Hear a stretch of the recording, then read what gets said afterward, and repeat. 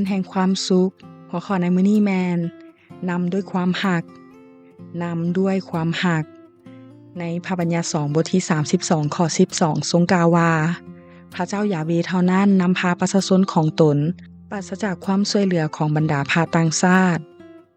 เมื่อเหลียวกลับไปทบทวนประสบการณ์การทรงนำของพระเจ้าในชีวิตข้าน้อยแต่ละช่วงเวลาที่ผ่านมาจนถึงทุกวันนี้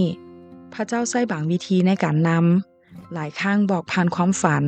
บางครั้งยืนยันผ่านพระคำและมีสันติสุขในใจแล้วทานเดส่วนการทรงนำของพระเจ้าที่มีต่อชาวอิสราเอลนั้นเห็นได้ชัดเจนว่าเป็นภาพของเสาเมฆในกลางเว้นและเสาไฟในยามค่ำคืนแต่เหนือการทรงนำนั้นที่สำคัญคือพระเจ้ายาเวห์เท่านั้นนำพาประชาชนของตนปราศจากความช่วยเหลือของบรรดาพระต่างชาติพระเจ้าเท่านั้นเป็นผู้นำทาง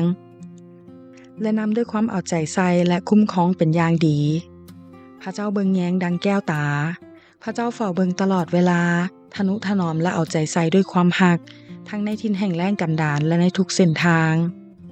พระองค์ดูแลปกป้องไว้และเอาใจใส่พวกเขาและเฝ้าปกป้องรักษาเหมือนดังแก้วตาของพระองค์นั้น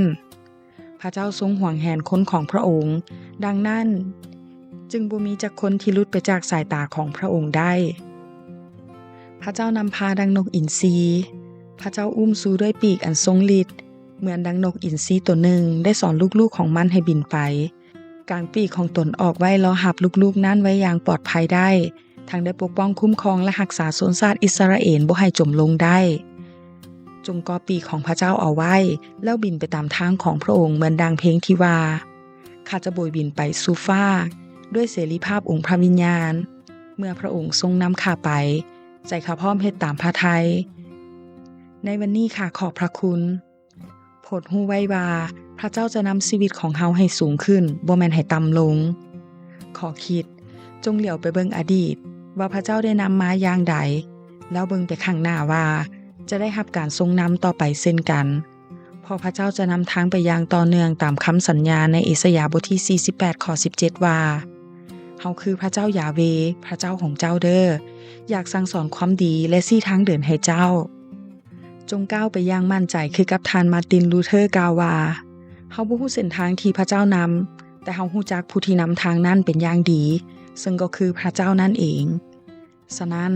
จงทูลขอการทรงนำในทุกเรื่องและในทุกเส้นทางเพราะพระเจ้าจะไปนำเพื่อนำเฮาไปถึงจุดหมายปลายทางขอพระเจ้าอวยพร